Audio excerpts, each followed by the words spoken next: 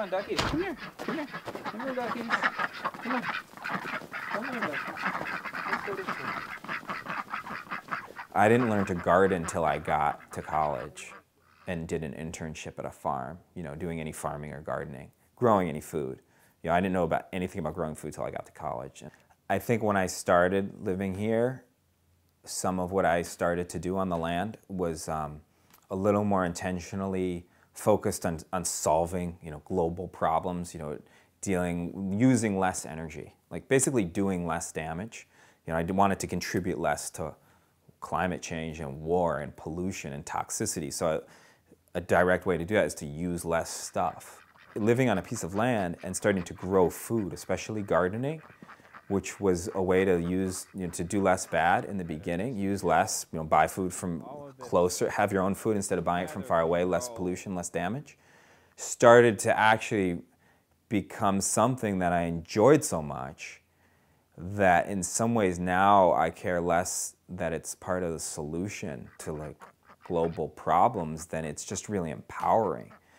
It's so enjoyable to do these things that I don't even need that as a reason to garden, to be self-reliant, to provide my own fuel wood for heat.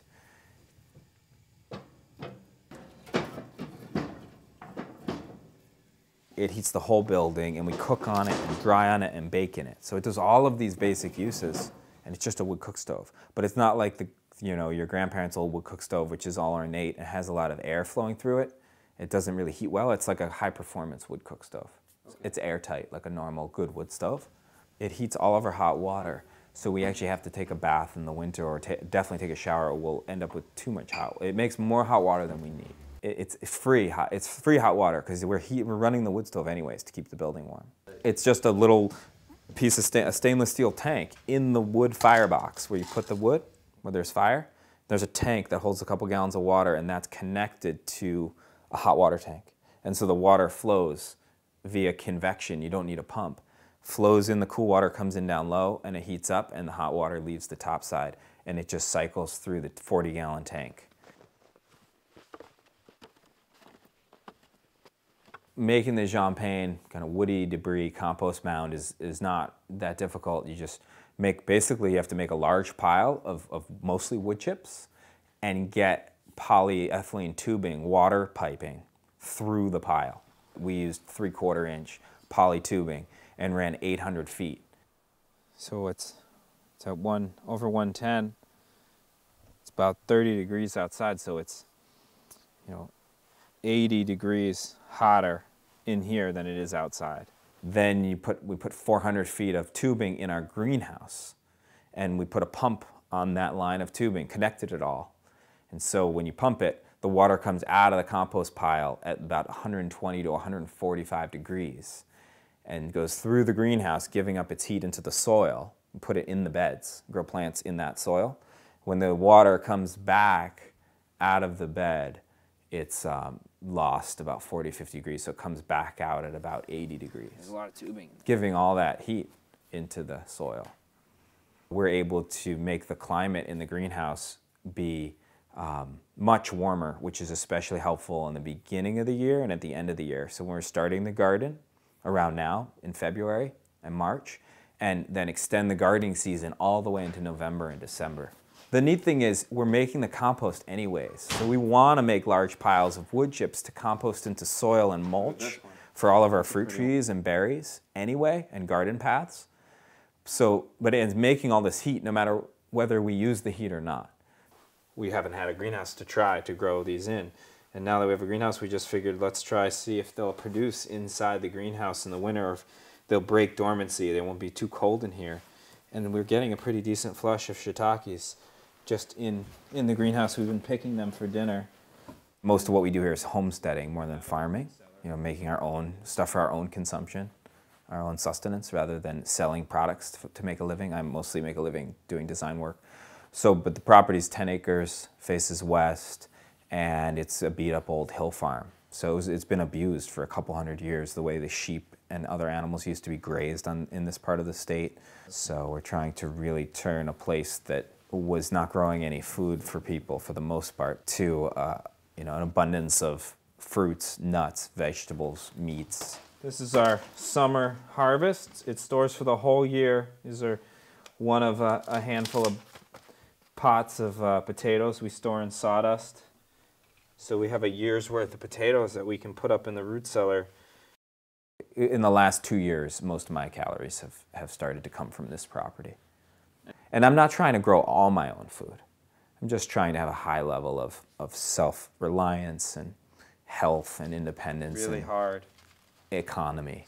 If I grew all my own food, I wouldn't have any reason to trade, with other friends and neighbors for maple syrup or dandelion wine or mead or, whatever the different things are, pickles that other people make better than we do, or we don't have the time or the resources to make, like maple syrup. Store in sawdust, and they keep so well if you store them in sawdust. The stuff we get from the store now is either totally mealy or from New Zealand. It's 8,000 miles away. This is what happens when you garden, is you carry food around all the time when you don't expect to. It doesn't seem like something I was too familiar with before gardening, of having, abundance of something, so much of something you just want to give it away. Like gardening makes us want to give things away more than anything else I had done in my life before. So that seemed, for that reason alone, it seemed like this must be a good thing to do. We grow a lot of different varieties of vegetables. There's more vegetable varieties you can grow in a cold climate than you can in the tropics. Something that surprised me when I went and visited a friend in Nicaragua, they can barely grow most vegetables. It's too hot. And the day's actually not long enough. Our summers are very, very long days. So we can grow, he had very little vegetable diversity. He had 100 types of fruits. We can't grow nearly the fruit or a lot of other things, but we can grow a massive amount of vegetable. Our vegetable gardens in the northern climates are spectacular for a good reason. Everything we're planting and everything we're implementing here is designed with the idea that the climate could shift colder and shift warmer. And so we like plants that are going to be happy whether it gets warmer or colder. And we plant plants that on all ends, zone 6 plants to zone 3 and 2 plants. So plants that do well in like New Jersey to plants that would do well in northern Canada.